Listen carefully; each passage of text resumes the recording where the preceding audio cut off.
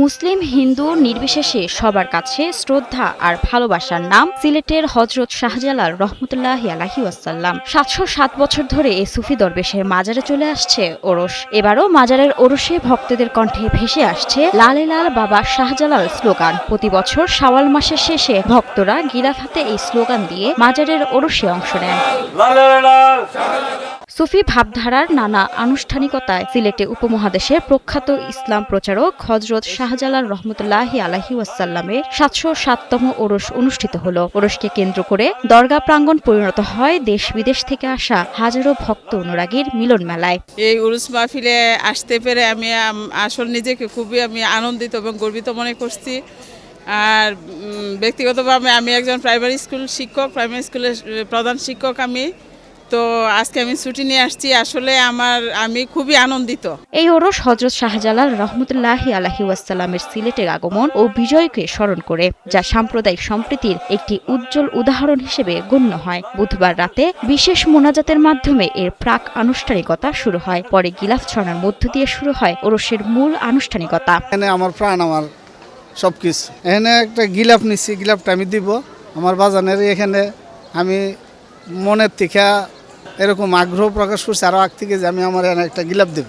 সিলেটের হযরত শাহজালাল রহমতুল্লাহি আলাইহি ওয়াসাল্লামের মাজারের ওরস বা বিশেষ খতমের সাথে সম্পর্কিত আরও একটি আয়োজন হলো ৬০ মোল্লার খাওয়া। শাহজালাল রহমতুল্লাহি আলাইহি ওয়াসাল্লামের মাজারের ভেতর ২৫ থেকে ৩০ খতম কোরআন শরীফ সম্পূর্ণ করার পর এই আয়োজন করা হয়। এই আয়োজনটি মূলত রাতে হাফেজ ও হুজুরদের খাবারের জন্য করা হয়। প্রায় ৪০-৫০ জন হাফিজ সাহেব আসে। তো ওনারা ৩০ জন একটা গ্রুপ করে একজনে এক সিফারা পড়ে, ওনার সাথে ২৯ জনে একই সিফারা পড়ে। এইভাবে ওনারা পড়লে ২৫ থেকে ৩০ খতম কোরআন শরীফ হয় মাজারের ভিতরে। আর এই মিয়া সাহেবদের বলা হয় ৬০ মোল্লার খাওয়া।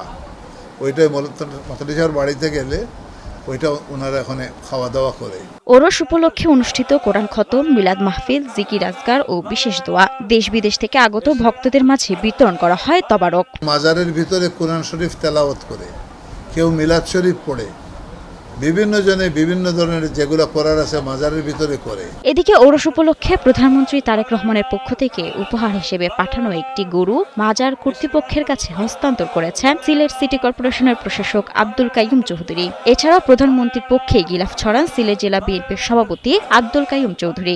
মাজারে যে গিলাফটি মাজারে আমরা দিলাম, সেটা হচ্ছে আমাদের দেশের মাননীয় প্রধানমন্ত্রী জনাব তারেক রহমান মজলুম জননেতা, তার পক্ষ থেকে। শুক্রবার রাতে ৩:৩০টার দিকে আখেরি মোনাজাত শেষে সিন্নি বিতরণের মধ্য দিয়ে ওরসের সমাপ্তি হয়।